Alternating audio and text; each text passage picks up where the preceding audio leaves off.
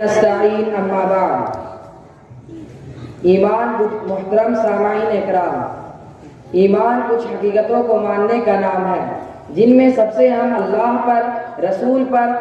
اور اللہ کی کتاب پر ایمان لانا ہے۔ لیکن رسول اللہ صلی اللہ علیہ وسلم نے صرف ایمانیات ہی پر زور نہیں دیا، بلکہ عبادات، معاملات اور زندگی کے تمام شعبوں میں اپنی ہدایت سے سرفراز فرمایا اور پوری قوت اور تاکید کے ساتھ امت مسلمہ کو ان تعلیمات پر کاربند رہنے کی تلقین فرمائی، کیونکہ کسی قوم کے لیے اپنے تشخص کو برقرار رکھنا صرف عقیدے کے ذریعے ممکن نہیں، بلکہ تہذیب و معاشرت کو بھی اس میں بڑا دخل ہے۔ ہندوستان میں کتنی ہی قومیں ہیں جو آج ہندوستان کا حصہ بن چکی ہے، وہ اعتقادی اور نظریاتی اعتبار سے اپنا الگ وجود رکھتی ہے، لیکن انہوں نے دوسری قوموں سے سماجی اور تہذیبی فاصلہ قائم نہیں رکھا۔ رہن سہن، لباس و پوشاک، شادی بیاہ، خوشی اور غم کی تقریبات وغیرہ میں انہوں نے اپنا رنگ برقرار نہیں رکھا۔ اس کا نتیجہ یہ ہوا کہ آہستہ آہستہ انہوں نے اپنے تشخص کو کھو دیا۔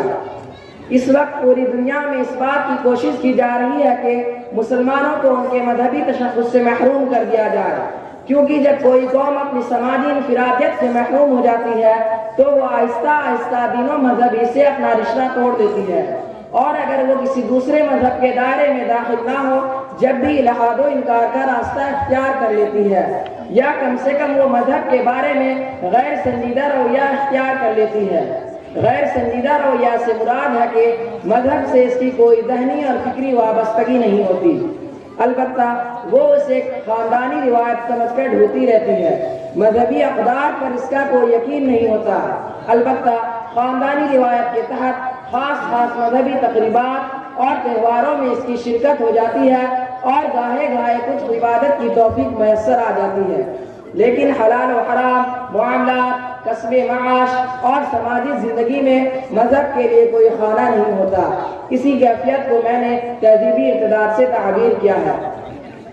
یہ ارتداد دبے پاؤں آتا ہے، غیر محسوس طریقے پر داخل ہوتا ہے اور ایسا میٹھا زہر بن کر حلق سے اترتا ہے کہ زہر کھا کر بھی انسان تحسین و آفرین کے کلمات کہہ اٹھتا ہے۔ یہ ارتداد نہ سوئے ہوئے کو جگاتا ہے، نہ غافلوں کو متوجہ کرتا ہے، نہ فکر مند دلوں میں تلاطم پیدا کرتا ہے، نہ قلب و ذہن کو جھنجھوڑتا ہے، اور نہ اس کی وجہ سے سماج میں کوئی ہلچل پیدا ہوتی ہے۔ یہ اس بیماری کی طرح ہے جو بظاہر ہلکی ہو لیکن بتدریج انسان کو موت کی طرف لے جائے، اور یہ ایسا نشہ ہے کہ مقتول خود قتل کی طرف بڑھتا چلا جاتا ہے۔ اس لیے اس ارتداد کو خوب سمجھنے، اس کے اسباب پر نظر رکھنے اور اس کے نتائج و عواقب پر غور کرنے کی ضرورت ہے۔ وآخر دعوانا ان الحمد للہ رب العالمین۔